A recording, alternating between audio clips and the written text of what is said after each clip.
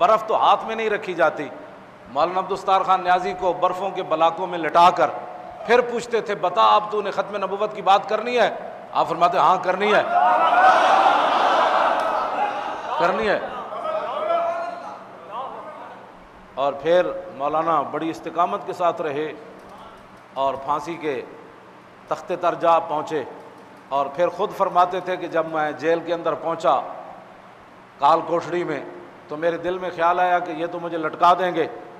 تو پھر فوراً ہی اللہ اور رسول کی مدد میرے شامل حال ہوئی اور بغیر سوچے سمجھے میری زبان پر یہ شعر جاری ہو گیا کہ کشتگان خنجر تسلیم را ہر زمان از غیب جانے دیگر است.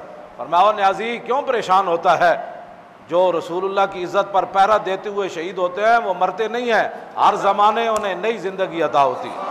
تو دشمن کے مقابلے میں کھڑا ہونا یہ بہت مشکل کام ہے، بہت مشکل کام ہے. ہلاکو خان کی فوج نے ایک بزرگ کو گھیرے ہوئے تھا، بزرگ کو. تو ہلاکو خان کی بیٹی جو ہے نا وہ دیکھ رہی تھی. اس نے کہا کہ اس بوڑھے آدمی کو ہماری فوج نے کیوں گھیرا ہوا ہے، یہ کون ہے؟ انہوں نے کہا یہ مسلمانوں کا بزرگ ہے. اس نے کہا اس کو میرے پاس لاؤ. ہلاکو خان کی بیٹی کے سامنے جب اس بزرگ کو لایا گیا تو ہلاکو خان کو بیٹی کہنے لگی کہ خود ہی تمہارا اسلام کہتا ہے کہ اللہ تعالیٰ جس کو چاہتا ہے سلطنت عطا کرتا. قل اللہم مالک الملک تؤتی الملک من تشاء وتذل من تشاء بیدک الخیر انک علی. اس نے کہا تمہارا خود اسلام یہ کہتا ہے تو کیوں پریشان ہو، کیوں پریشان ہو؟ تم ذلیل تھے، اللہ نے ہمیں عزت دے دی، ہمیں بادشاہی دے دی، تم کیوں پریشان ہوتے ہو؟ وہ بزرگ کہنے لگے کہ تو نے سوال بہت بڑا کیا، میرا جواب بھی سن. اس نے کہا کہ مالک نے بکریاں بھی رکھی ہوتی ہیں اور کتا بھی رکھا ہوتا ہے، تو یہ بتا کہ بکریوں کی قیمت زیادہ ہوتی ہے یا کتے کی؟ اس نے کہا کہ نہیں، بکریوں کی قیمت زیادہ ہوتی ہے. اس نے کہا اچھا بکری اگر ریوڑ سے علیحدہ ہو جائے تو پھر کیا ہوتا ہے؟ کہتا ہے پھر کتا اس کا تعاقب کرتا ہے اور اس کو گھیرتا ہے. اس نے کہا وہ کتا کب تک بکری سے لڑتا رہتا ہے؟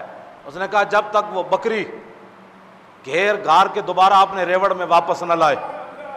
اس نے کہا کہ یہ حضور کی امت جنہوں نے کلمہ پڑھا ہے یہ ہیں حضور کی امت کے ریوڑ، بکریاں ہیں، اور تم ہو کتے. اور یہ بکریاں اپنے دین سے نکل گئیں. ہاں یہ بکریاں اپنے دین سے نکل گئیں. جس طرح بکری ریوڑ سے نکل جائے تو کتا اس کا تعاقب کرتا ہے کہ واپس آئے. یہ حضور کی امت دین کو چھوڑ کر نکلی، تم کتے بن کر ان کا تعاقب کر رہے ہو. ان کی سختیاں اس وقت ختم ہوں گی جب یہ دین کی طرف واپس آئیں گے. اس بزرگ کے جواب پر بھی لاکھوں سلام. ہاں یہ حضور کی امت ریوڑ سے نکل گئی، اسلام سے جب نکل گئی تو کتے ان کو پڑ گئے. کوئی چیچنیا میں پڑ گیا، کوئی بوسنیا میں پڑ گیا، کوئی عراق میں پڑ گیا، کوئی شام میں پڑ گیا، کوئی کشمیر میں پڑ گیا.